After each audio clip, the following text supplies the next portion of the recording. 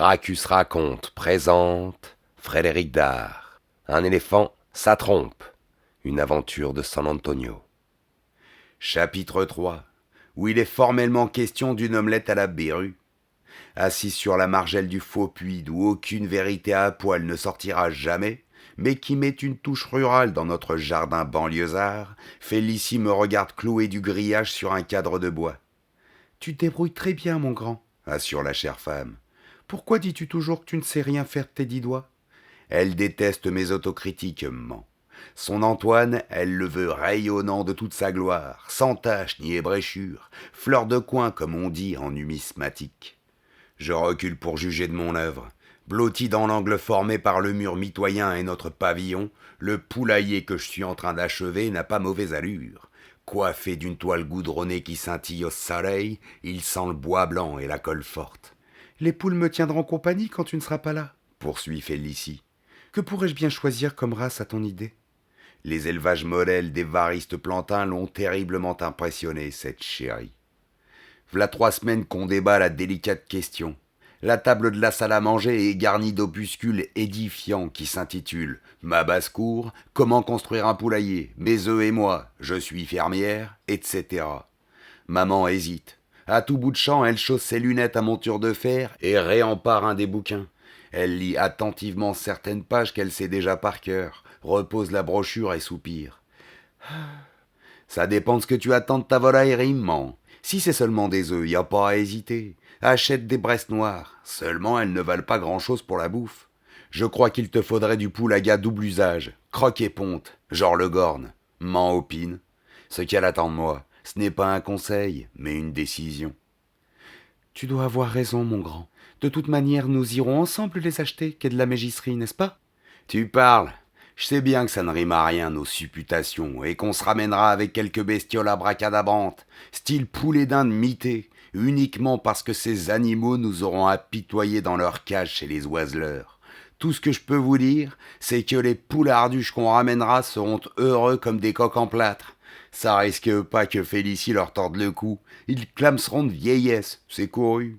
« Alors, ça se termine, ces poulaillers ?» lance une voix depuis des hauteurs. Je me retourne, le buste de M. Langrenet, notre voisin, surplombe le muret sommé de tuiles creuses. Un brave homme, M. Langrenet, tranquille, furtif, retraité depuis des années de je ne sais quelle vague compagnie d'assurance. Il existe entre une épouse infirme et un chien qui ne peut plus se traîner à force de vieillesse.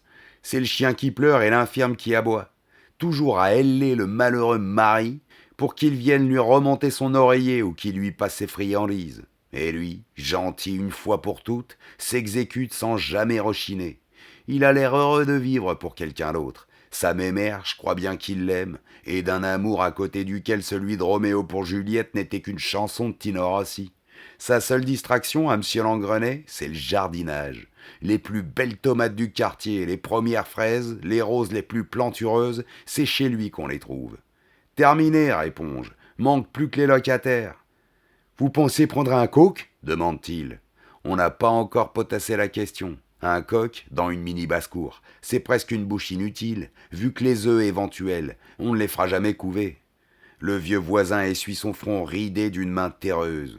« J'aimerais bien entendre chanter un coq le matin, » nous dit-il, avec un bon sourire d'excuse. « Ça ferait joyeux, au milieu de ces immeubles. » Il a un geste puni pour désigner les grands ensembles qui nous cernent. Avec nos pavillons microscopiques, on a l'air de 2 pêcheurs dans leur barque au milieu d'un port fourré de formidables paquebots. C'est étouffant. On en est réduit à conserver le regard baissé pour ne pas affronter ces monstrueuses falaises criblées de fenêtres curieuses.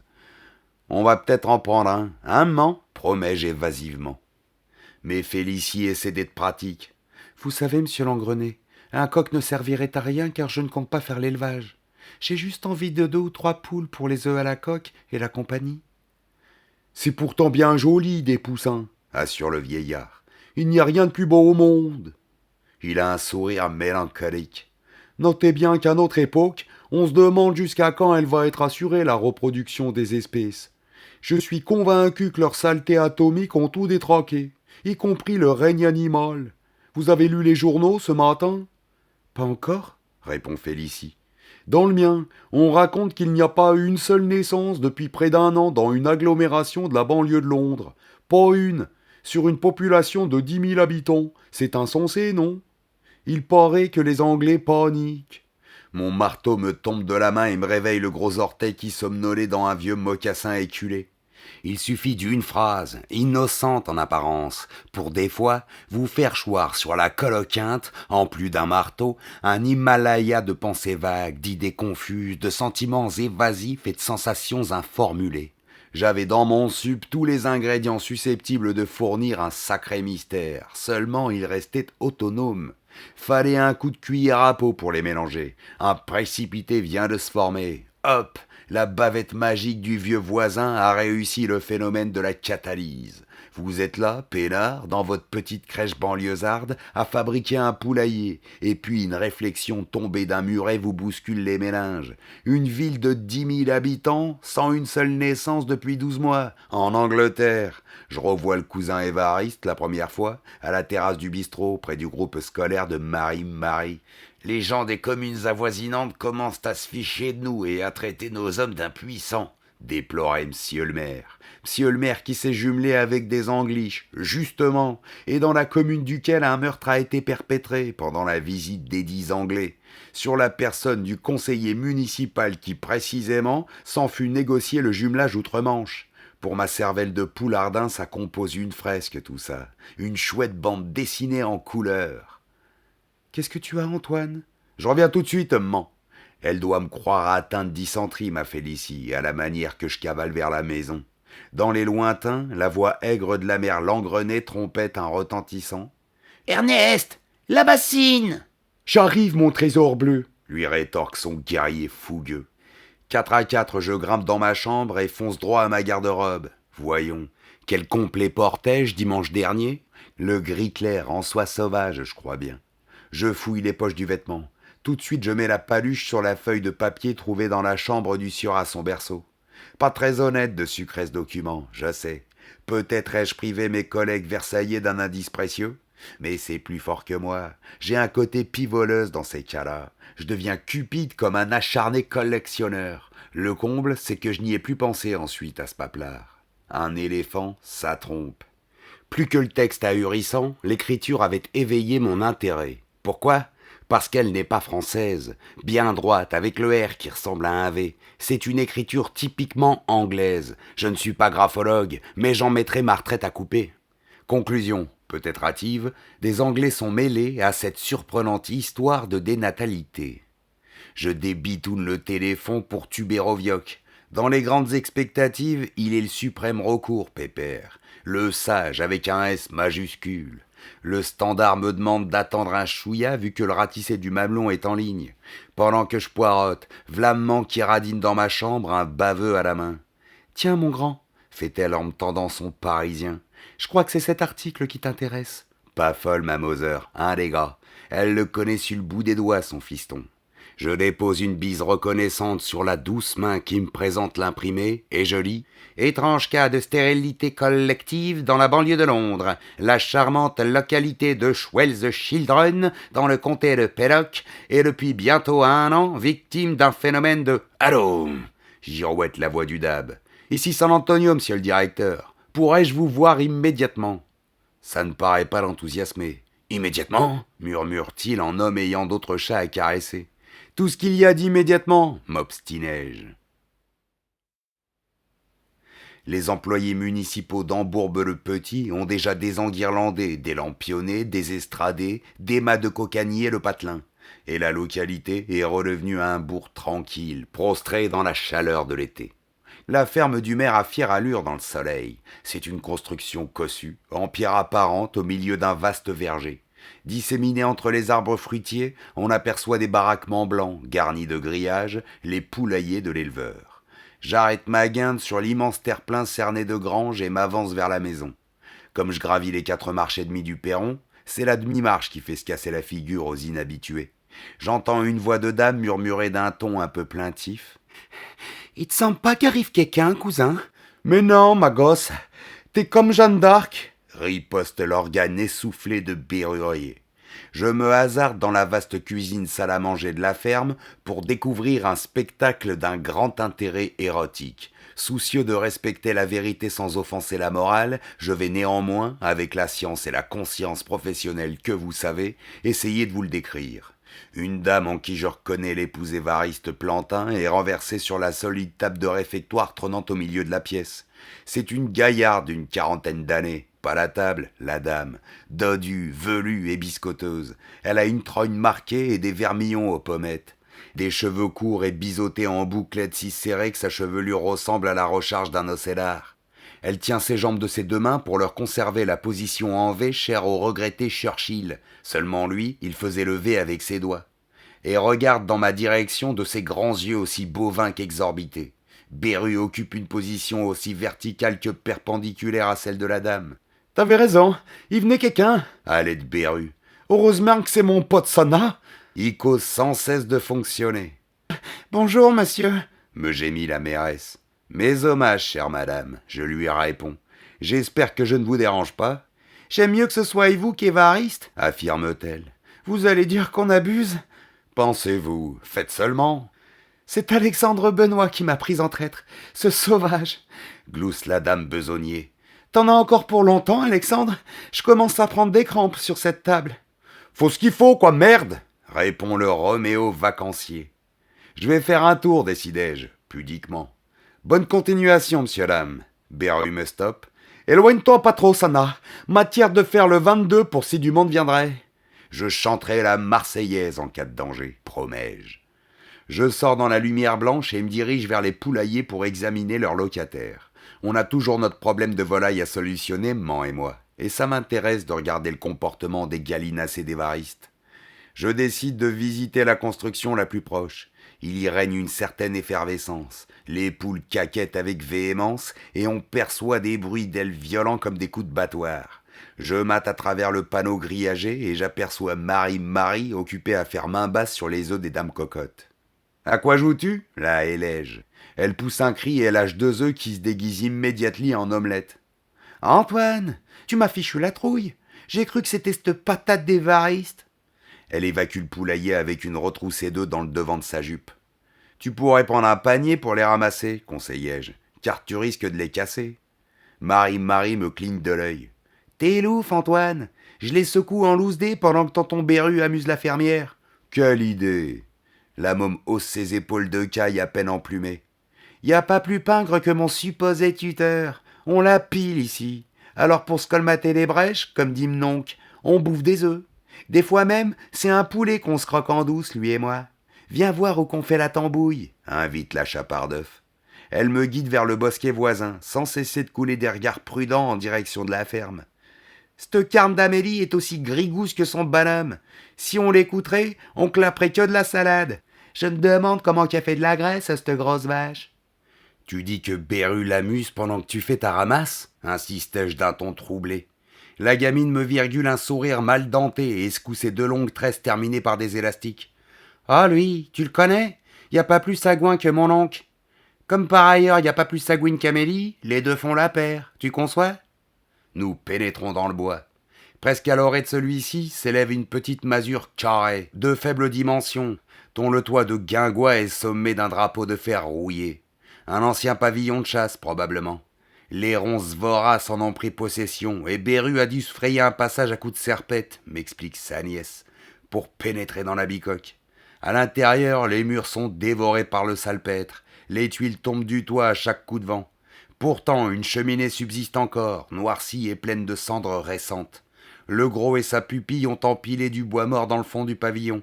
Un vieil arrosoir crevé est suspendu au plaftard à l'aide d'une corde. « Notre garde-manger, » me révèle la môme. « À cause des rats, on flanque les provisions dedans. » Elle détache la corde et descend lentement le récipient. Il contient un pot de beurre, du lard salé, 2 litres de pinard et un pain rassis.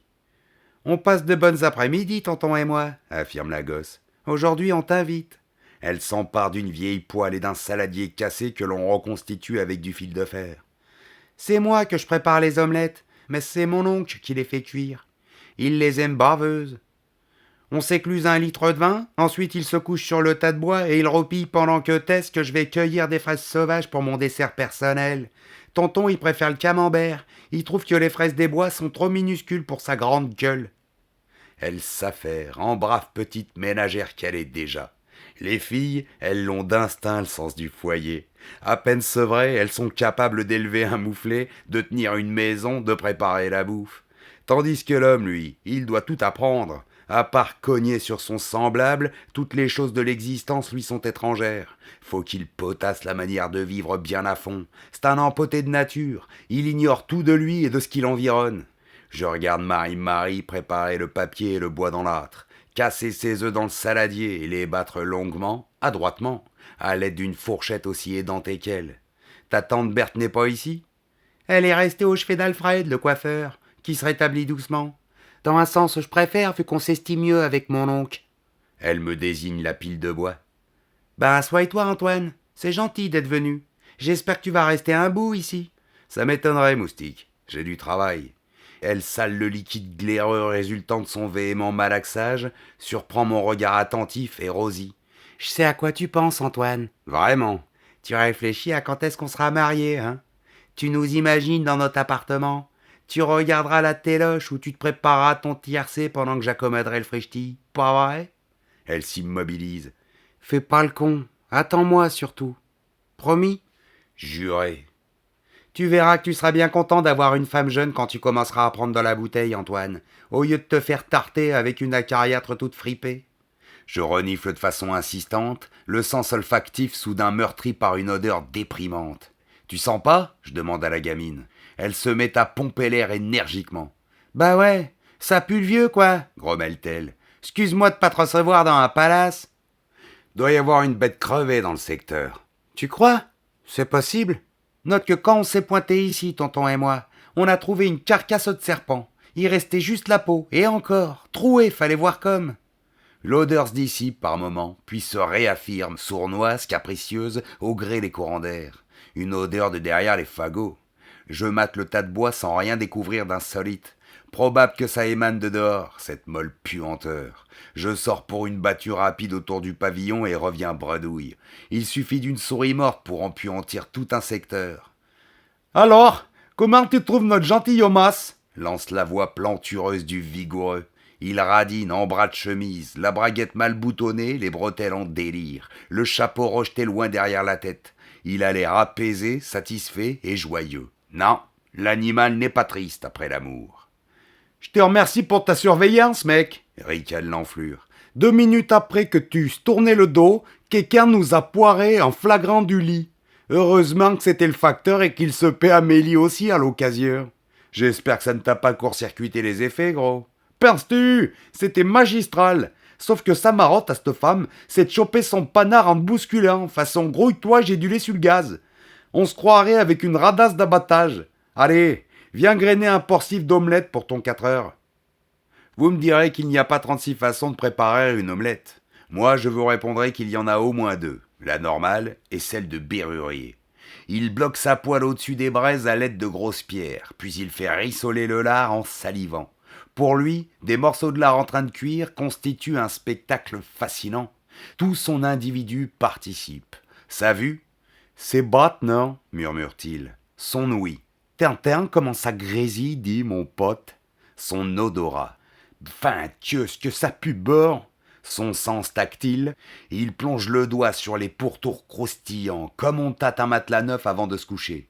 Son sens gustatif enfin, il suce ses doigts gras, étudie l'émotion salivaire qu'il lui apporte, un peu comme l'abeille doit tester la qualité du pollen qu'elle vient de déposer dans sa ruche. En donnant le dernier coup de pinceau à la Joconde, Léonard de Vinci ne devait pas éprouver exaltation plus forte, enchantement plus suave, ni contentement plus cérébral. Sa trogne rougeoie à la chaleur des braises, ses yeux pleurent dans la fumée, Bérurier dans les brumes odorantes du bois grillé, Bérurier abîmé dans les contemplations enchanteresses de la nourriture en train de s'accomplir. Quelle vision fortifiante! C'est l'illustration suprême du spiritualisme, le point de résurgence de la pensée, son embouchure, son delta, l'instant où elle s'étale, où elle submerge. Saisie d'une conjointe admiration, Marie et moi regardons Beru déboucher de lui-même, dans toute sa majesté silencieuse. Son intellect glisse sur un fleuve de salive qui lui coule sur le plastron. Son œil se dilate, se poche, s'éclaire, se magnétise, se haute tensionne, se disjoncte tant est forte la félicité, tant est intense la volupté qu'à la fin il abaisse ses paupières pour se purger la rétine par trop sollicité, se la reposer, se la calmer, se la disponibiliser. On va pouvoir verser les œufs, chuchote-t-il à voix de médium. Marie lui propose le saladier fêlé au pli duquel suinte du jaune mousseux. Tiens, mon oncle. Si. Il n'a pas dit merci. 2 syllabes eussent peut-être rompu l'hypnose. Il a bavé. Si. Un bruit de vent dans les branchages. Les œufs battus et la graisse fondue viennent de se rencontrer. Oh, apothéose indicible, féerie de la nature amie. Les voici qui se mélangent, s'accouplent, chantent, rigolent, rissolent, s'épaississent lentement dans la poêle. La fourchette vigilante du gros s'active avec une hardiesse et une précision de chirurgien. Elle est omniprésente. Elle rassemble des liquidités et des viscosités, les unit, les encourage, les flatte, les entraîne dans une solidification crépitante. Ah, chante et enchante, omelette béruréenne, frémit, lardit, jaunit, beurrit, dort. Enlever, c'est peser, décrète le mastard. Il retire la merveille du foyer. Je partage, bougez pas. Comme il n'y a pas d'assiette, on tortore dans la poêle. Son partage, à vrai dire, manque d'équité. Il ressemble au découpage de la Chambre des députés après des élections post-barricadeuses.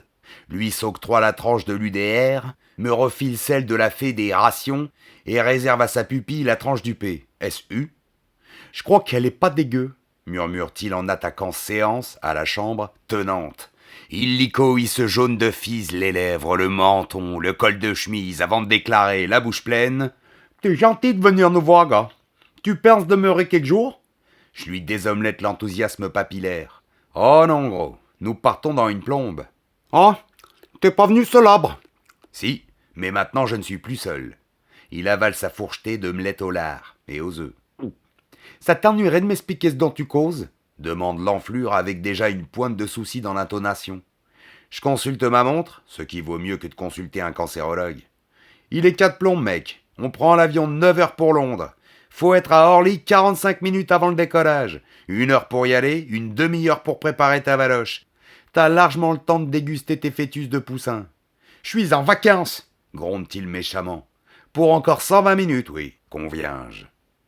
Il se met à postillonner du jaune d'œuf. Enfin quoi, bordel de Dieu, véhémente-t-il. C'est pas croyable qu'on puisse pastrouiller quelques jours de chaise longue sans que tu vinces à l'Arléance. La prochaine fois, je me casse sans moufter à Palavas-les-Flots ou à Saint-Tropez. Et pour me retrouver, vous pourrez vous l'arrondir au compas, mes monstres. Ma parole, vous me prenez pour votre tête de truc ou pour votre bouc commissaire?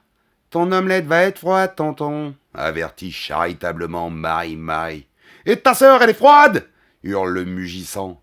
Me dépoter de mes vacances pour m'emmener chez les roast beef, c'est encore une idée à toi, dit pelure. Juste comme on vient de toucher un soleil de Côte d'Azur, monsieur espère que je vais aller miter les bronches chez les Pébrockmen. Tu veux que je te dise, Sana? Mon cul. T'as compris? Mon cul. Vas-y sans moi dans le brouillard de la Vistule. Ta mise, rectifiai-je, impassible. Qu'est-ce qu'elle a, ma mise? Vocifère le gros. Je suis équipé vacances, et si ça te défrise, mets-toi des bigoudis.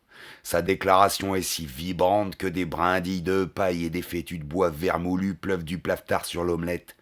Maintenant que t'as piqué ta crise du lion réveillé, gros, bouffe en silence et ouvre grand tes écoutilles. Son œil sanguinolent s'éteint progressivement. Personne mieux que moi ne sait dompter un Beru en colère. Plus il tonne, plus je parle bas. Plus sa voix se cuivre, plus la mienne se velours. Il finit par s'écraser mollement tandis que sa nièce rit sous cap. « Où en es-tu de ton enquête ?» demandai-je négligemment. « Quelle enquête ?» Celle que tu devais mener en un temps record à propos du meurtre d'un certain Asson Berceau. « Oh !»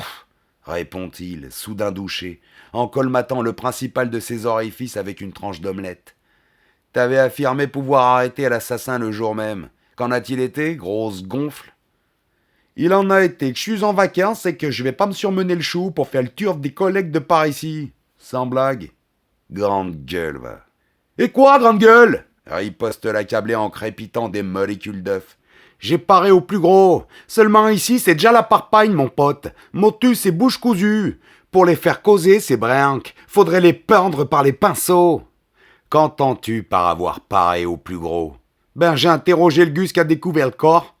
Même qui y a cassé 4 dents, ouvert la pommette et décollé une oreille en le questionnant. Glousse Marie. Toi, la piborgne, mais une sourdine. Rebuffe Bérurier. La gosseline maugrée et se met à chantonner J'ai du bon tabac, chanson qui, en l'occurrence, est empreinte d'un certain sous-entendu, vous en conviendrez. Note de bas de page. Et si vous n'en convenez pas, allez vous faire tatouer la tête chercheuse. Fin de la note de bas de page. Ensuite, insistai-je inexorablement. Pépère poursuit sa mangée triomphale. Ça lui dégouline des babines. Il lui en échappe des morsifs qu'il réembouche d'un coup de doigt preste. Ensuite, j'ai voulu interroger la souris du défunt, reprend-il. Tu sais qu'elle est dentiste? Une femme blonde avec des flotteurs qui annoncent son arrivée longtemps à l'avance. Bref, de la personne très confortable. Je suis été la questionner. Elle m'a reçu entre deux lourdes vu qu'elle soignait une urgence, parce que si tu te souviendrais, elle est dentiste. Tu lui as annoncé la mort de son Jules? Textuel. Sa réaction? Elle s'est évanouie. Il a fallu que sa vieille boniche lui bassinasse la tronche au vinaigre d'alcool, comme dans les romans de l'ancien temps. Ensuite, elle a demandé des détails, des explications. Elle voulait voir le gars Moïse.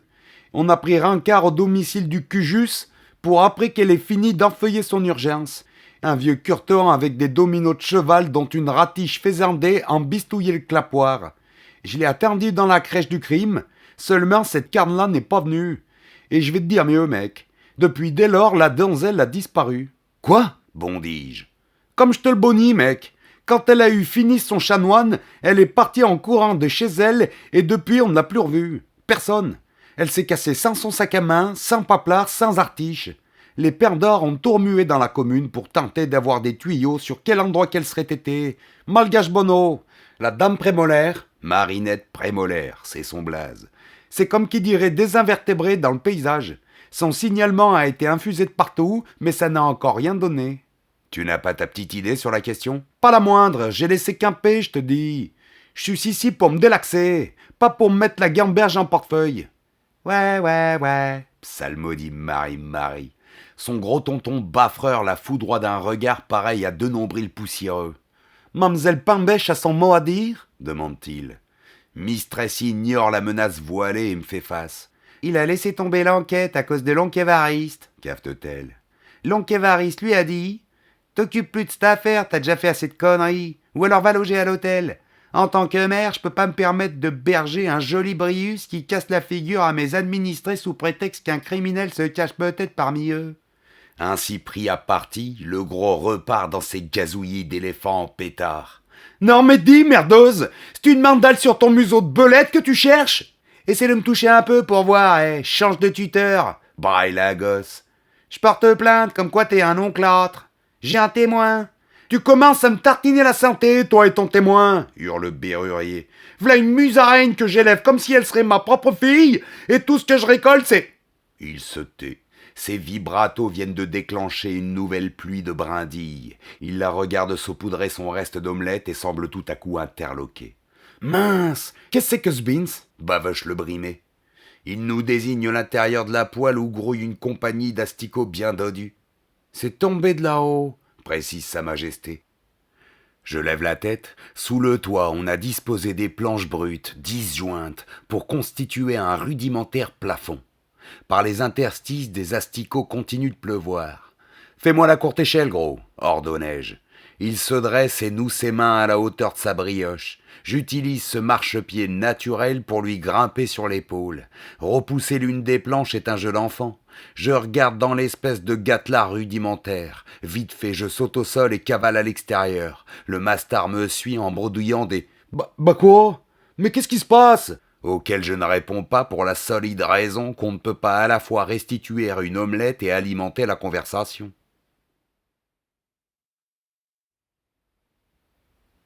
Chapitre 4.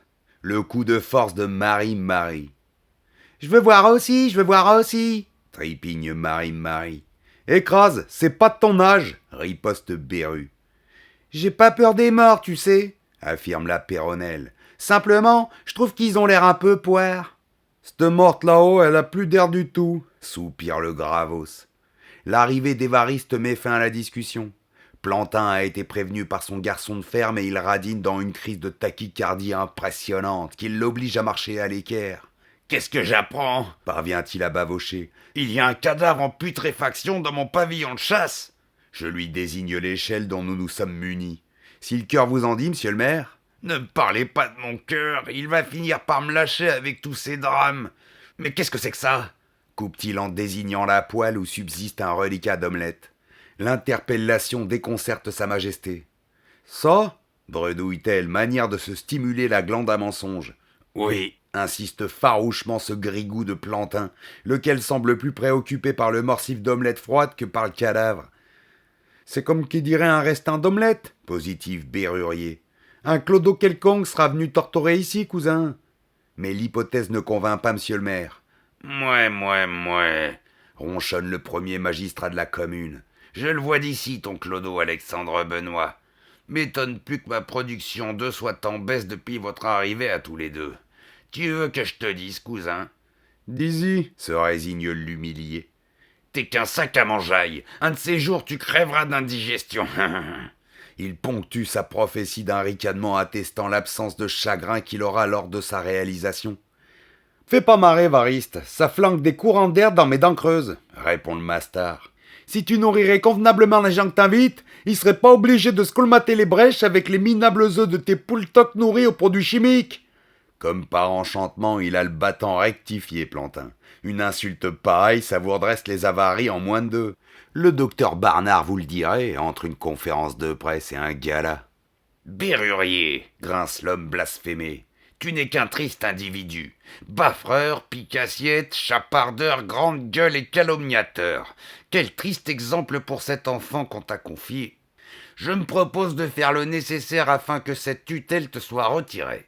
Mon ami enfle à force de colère, mais c'est Marie-Marie qui prend la parole avec promptitude. « Cousin Évariste, dit-elle, je vous défends d'insulter mon oncle Bérurier. Vu que c'est un homme, vous lui viendrez jamais à la cheville. C'est parce qu'il me voyait dépérir chez vous qu'il me faisait manger des omelettes. Et ça, j'y dirais à l'assistance publique, au cas où vous feriez le dégourdoche, espèce de vieux gripsou. »« Tu veux une fessée, dis, voyouze !» siffle Évariste. Mes amis, interviens-je, ne pensez-vous pas qu'il y a mieux à faire que de vous disputer? Ayez un peu de respect pour la morte dont le triste cadavre gîte au-dessus de nos têtes. Bien tourné, non? Quand je m'y mets, je suis le bossuet des banlieues, le bourdalou des noces et banquets. Mon exhortation ramène le calme dans les rangs de la gente tutélaire. Qui c'est d'abord cette morte? Ronchonne le maire. La dentiste, répond le dodu. Mame Prémolaire? Tout juste, Auguste. Tu sais qu'elle a disparu le jour qu'on a scraffé son Jules? Eh bien, on y a fait sa fiesta, elle aussi. Ici, nom de Dieu, lamente Évariste. Chez moi, sous un de mes propres toits. Causons-en de ton toit, il part en brioche. Le pauvre maire branle son chef effondré. Chez moi, un assassinat. Vous êtes sûr qu'on l'a assassiné? Tu penses qu'elle est venue se terrer dans ta masure pour éclamer tranquillement de la rougeole, figure de fifre? Elle est morte d'un coup de feu dans la tempe, révélai-je. La balle a traversé sa tête de part en part. Je l'ai retrouvée sur le plancher. Par ailleurs, ce dernier est encore maculé de sang séché, ce qui prouve qu'on a bel et bien tué cette femme dans ce pavillon. Misère, me faire une chose pareille. Les gens vont jaser. Ça, je dois te dire, remarque perfidement Béru, que ta réélection n'est pas encore dans un fauteuil. Se tournant vers moi, il ajoute. Tu sais ce que c'est dans ces campagnes, Sana. Déjà quand y a rien, les gens causent. Alors un bidule de ce genre, tu mords l'étendue de la bavette. Le valet de ferme revient, escortant un monsieur élégant, aux tempes grises et à la légion d'honneur discrète. Qui est-ce? Souffle le maire. Le professeur O. Paul Huet, de la faculté de médecine de Paris. Je lui ai demandé de m'accompagner.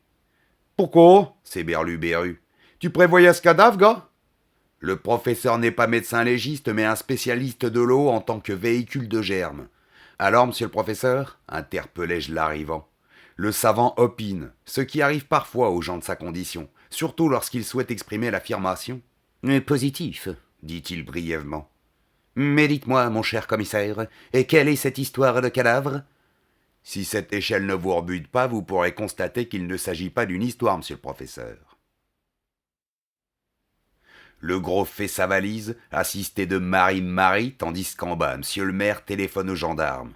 Tu vas pas me laisser ici, m'nonc, Déclare la fillette. J'en ai ma claque de se ferme à la gomme et de ce pays où qu'on tue les gens.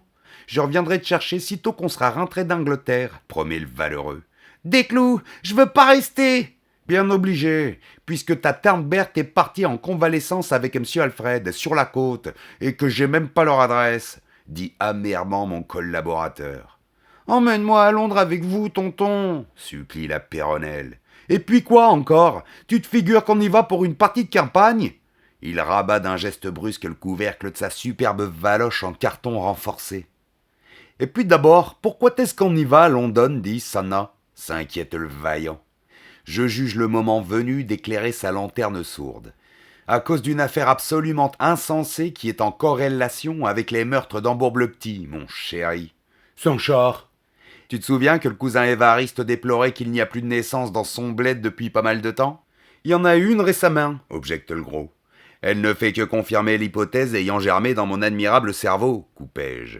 Imagine-toi que ce matin même, j'ai eu connaissance d'une information selon laquelle une commune anglaise était dans le même cas que celle-ci. Et cette commune est précisément Schwell-the-Children, avec laquelle Hambourg-le-Petit vient de se jumeler. Curieux, hein? Tu veux dire fantastique, mec? Je continue. En apprenant la chose, tout s'est illuminé dans mon esprit. T'as de la chance, fait le plantureux, ce qui indiquerait que tout reste obscur dans le sien. J'ai compris que cette absence de natalité était volontaire et comment elle s'opérait. J'aimerais savoir aussi, avoue-t-il. Il s'agit d'une expérience ayant pour but d'interrompre scientifiquement les naissances. De quelle manière? En faisant absorber aux femmes un produit contraceptif. À toutes les femmes, comprends-tu? À toutes. Qu'est-ce que c'est que ce produit que tu causes? Ce qu'il est, pomme, tonton Berru, Glousse Marie. Voyons, donc, un produit contre-adjectif. C'est une drogue qu'empêche les dames d'être féconnes. Tu lis donc pas les journaux? Bien, admet le renfrognier. Et après, comment qu'on leur fait gober la pilule à ces petites madames? Tu devines pas, gros? Non. Nous avons pourtant tous les éléments de la solution en main. Reste plus qu'à les assembler. Accouche, quoi? S'emporte le mastodonte en usant d'un terme peu approprié au problème qui nous préoccupe. Quel était l'emploi du temps de feu à son berceau? Directeur du service des... Oh merde, j'ai pigé. Le produit contractuel, c'est dans l'eau de la ville qu'on le mettait? La chose vient de m'être confirmée par le professeur Eau-Polluée. Voilà pourquoi la seule femme ayant récemment accouché est une ivrognasse qui ne buvait que du vin. Et le gars Moïse a trempé dans l'affaire? Jusqu'au trognon, tout s'emboîte admirablement, mon Berru. L'expérience a été parallèlement tentée en France et en Angleterre. Or Moïse, à son berceau, appartenait au conseil municipal, et c'est lui qui est allé négocier le jumelage des deux bourgades. Tu crois que ce jumelage est en rapport avec l'expérience? Sans aucun doute. En tout cas, l'un découle de l'autre. Reste à déterminer si c'est le jumelage qui est à l'origine de l'expérience ou l'expérience qui est à celle du jumelage. Toujours est-il que du côté français, à son berceau assurait l'exécution de l'opération. Pourquoi on l'a bousillé selon toi? Je suppose qu'il devait renacler. Peut-être même exercer un chantage sur ceux qui employaient ses services. À noter que le meurtre a eu lieu pendant le séjour ici des notables britanniques. Et la mère prémolaire? Sans doute était-elle au courant. Voilà pourquoi on lui a réglé son compte à elle aussi. Le majestueux pianote le couvercle de sa valise, lequel s'agrémente de plusieurs étiquettes dont la plus belle émane de l'hôtel des deux églises et du Colombé réunis. Tu crois qu'il vaut mieux enquêter chez les Roast-Beef plutôt qu'ici, Sanna? Yes, baby. Car c'est là-bas que se trouve la tête de l'organisation. Laissons nos confrères enquêter peinardement dans le patelin et fonçons au cœur du problème. Je te parie qu'en prenant les choses par le haut, nous arriverons les premiers au but. C'est aussi l'avis du vieux. Oh! Alors si le vieux est dans le coup, y a plus qu'à mettre les pouces? Soupire Berru. En tout cas, je vous accompagne. Tranche Marie. Je vais pas continuer à me taper la flotte de la commune pour devenir stérile un jour. J'ai envie d'avoir des chiens quand est-ce que je serai grande, moi. Suffit! Brame le gros. Je te vas laisser un peu de carbure et tu t'achèteras de l'eau minérale. Je veux que t'obéisses, Marie. Autrement sinon, on ne sera plus copains. Vu? Il va entr'ouvrir la lourde de sa chambre, s'assure que le couloir est désert et murmure en revenant. Cours vite, rafler 2 ou 3 douzaines d'œufs pendant que la foi est occupée. Tu les porteras directo dans la bagnole de Sanna. Bien, mon oncle, ronchonne Mistress en se barrant. Tu veux emmener des œufs en Angleterre, gros? M'effarai-je. Et comment? Tu te figures pas que je vais m'embarquer dans ce pays de bouffe merde sans biscuits? Au cas qu'on la pilera trop, j'aurai toujours la ressource de me cogner des œufs coques. Je dépose le professeur devant la porte de son domicile en lui promettant de lui expédier un flacon empli à un quelconque robinet de Schwell the Children. Merci pour votre précieux concours, professeur. Au contraire, mon cher commissaire, et c'est moi qui vous remercie. Et cette inimaginable histoire me passionne, et je me demande quelles sont les intentions profondes de l'organisation qui... Je me le demande également, l'interrompais-je. Veuillez m'excuser, mais l'heure de notre avion approche. Ouf! Il allait me faire un cours sur le trottoir. Les savants, c'est toujours comaque, silencieux pendant leurs travaux, mais intarissables lorsqu'il s'agit de les commenter. On ne parvient jamais à les vider. Leur drame, ou plutôt le nôtre, c'est qu'ils s'écoutent et qu'ils se plaisent. En cours de route, eau polluée, m'a fait tout un cours sur le produit contenu par l'eau d'Embourbe-le-Petit. C'est de l'antichiar normalisé. Une drogue tellement efficace qu'il suffit à une femme de se laver les dents pour être inféconde. Il n'y aura pas de nouvelle naissance dans la commune du Ladre-Plantin avant plusieurs mois. Un crime contre l'humanité, comme qui dirait. Vous imaginez ce désastre si on polluait de la sorte la flotte de toutes les cités, de tous les bourgs de France? Les naissances stoppées. Les gens devenant vieillards sans que le cheptel se trouve renouvelé.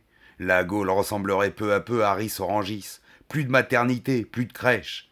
On fermerait les écoles, ensuite les facultés, que les messieurs CRS transformeraient en maisons de l'inculture. Dans le fond, ce serait spectaculaire, un pays en train de s'étioler, de pourrir sur pied comme une poire oubliée sur sa branche. Notre nation tournerait blette. Elle s'enfoncerait dans le silence et la tremblote. Elle perdrait ses tifs, cracherait ses dents, ses nichons lui pendraient sur le bide. Elle blanchirait, elle gatocherait. Pays fantôme, les vieux enfin entre eux, ayant tout pour eux, n'engendrant plus que leur pourriture, contaminant tout de leur vieillesse. Heureux de faire la fermeture de la Maison France, les vilains égoïstes, les plus résistants enterrant les moins, jusqu'à ce qu'il n'en subsiste plus qu'un. Un qui serait militaire de carrière, naturliche, car la naphtaline conserve. Ne pouvant s'inhumer lui-même, il se serait fait des picousses d'extrait de fleurs de laurier pour se statufier. Un touriste bienveillant le planterait sur la place de la Concorde pour permettre aux autres de le mitrailler de leurs appareils Jap. Ici fut la France, soi-disant éternelle, et voici le dernier Français. Aux larmes, citoyens, fini, râpé, scié, joué, terminate. Merci, monsieur Clovis, ça a été du franc. Les explications, démonstrations, considérations et autres appréciations de l'éminent professeur ont endormi Beru à l'arrière de l'auto. Couché en travers de la banquette, de veau, il ronfle selon une nouvelle technique que je ne lui connaissais pas encore. Ça consiste à grogner en aspirant et à siffler en expirant. Je trouve le procédé harmonieux. Il met de la cadence dans son sommeil. Il renseigne sur sa capacité thoracique. Il transforme son gaz carbonique en mélodie. Hé, grosse pomme! Le monstrueux déléthargise. Hein, quoi? On est arrivé. À Londres? Mais non, à Orly. Je pénètre dans le P4, lequel, par miracle, n'affiche pas complet, et laisse m'attirer à proximité de la passerelle surplombant la route. Au moment où je coupe le contact, quelqu'un frappe à ma vitre. Je regarde et ma raison se met à jouer à la toupie. Vous savez qui se tient debout près de la bagnole? Inutile de vouloir deviner, vous sécheriez. Marie, mes fils, en chair et en os, avec ses deux tresses, ses deux dents de devant, ses deux yeux de musaraigne, ses deux pommettes vernissées. Marie, à laquelle on a dit au revoir à bientôt 1 heure auparavant dans la cour de la ferme. Le prodige me rappelle un conte pour enfants que me lisait Félicie autrefois. L'aigle et le roitelet. Les deux oiseaux avaient fait un pari, à celui qui volerait le plus haut. V'là l'aigle qui prend sa volée, puissamment, sûr de lui, invincible. Il s'élève, atteint les nuages, y plonge, les dépasse, monte dans l'azur infini, là où les misères de la terre ne souillent plus la pureté du soleil. Épuisé par son effort, il stoppe son ascension et vole plane afin de récupérer. C'est alors qu'il perçoit un gazouillis au-dessus de lui. Levant la tête, il avise le roitelet qui décrit joyeusement des volts quelques mètres plus haut. Ce dernier s'était installé sur le dossard de l'aigle comme dans une caravelle. Lorsque le rapace exténué avait atteint son apogée, le roitelet tout neuf avait alors pris son propre vol. « Tu étais dans le coffre ?» demandai-je. « Yes, Antoine. Je t'ai dit que je veux aller en Angleterre avec vous. »« Tu charries, ma fille. Il faut un passeport et un billet. »« Mon passeport le v'là, Antoine. Et v'là mes éconocroques pour acheter le bifton. » Beru sort de sa médusance comme un torrent débouche du flanc de la montagne. Il fait des cataractes, des gerbes, des cascades, des remous et de l'écume. Une môme pareille lui fera choper les cheveux blancs, le rendra cardiaque, le mettra sur la paille, brisera son ménage, sa carrière et ses bibelots de valeur. Votre Sana se retient de rigoler. Avouez qu'elle est pas ordinaire, Miss Marie. Celle-là, quand une idée la tient, c'est pas à coup d'éventail qu'on risque de la lui faire lâcher. Comment tu t'es arrangé pour nous doubler, petite teigne lui demandai-je. Elle se marre. Pas dur. Quand Mononc a eu collé sa valoche dans ton coffre, je vous ai dit au revoir. Comme quoi j'allais jouer avec une petite amie, si tu te rappelleras. Mine de rien, je suis été mettre dans ta malle dont au sujet de laquelle j'ai tenu le couvercle plaqué pour faire croire qu'il était fermé. Tu piges? Bon, on va la coller d'un taxi et l'envoyer chez Pinuche, décide Beru. Elle restera à ses bons soins jusqu'à temps qu'on revince. Et si la vieillasse est partie en vacances, gros, il ne devait pas aller passer août en Charente, sa mémère et lui? Marie me virgule un mignon clin d'œil. Emmenez-moi avec vous, quoi merde, fait-elle avec une mousse suppliante. Vous passerez plus mieux inaperçu si vous êtes accompagné d'une enfant de ménage. On vous prendra pas pour des matuches, mais pour des touristes. C'est important dans votre turf. On va toujours voir s'il reste une place dans le zinc, décidai-je. Suppose qu'il y en ait, Proteste le fulminant. Tu nous voiras dîner chez les roast-beef avec cette infernale grenouille qui est partie sans même sa brosse à dents. Et le mot de la fin revient à Marie. Et qu'est-ce que j'en ferai d'une brosse à dents, dit mon oncle. J'ai pas de dents. C'était Gracchus raconte, lisant du Sana.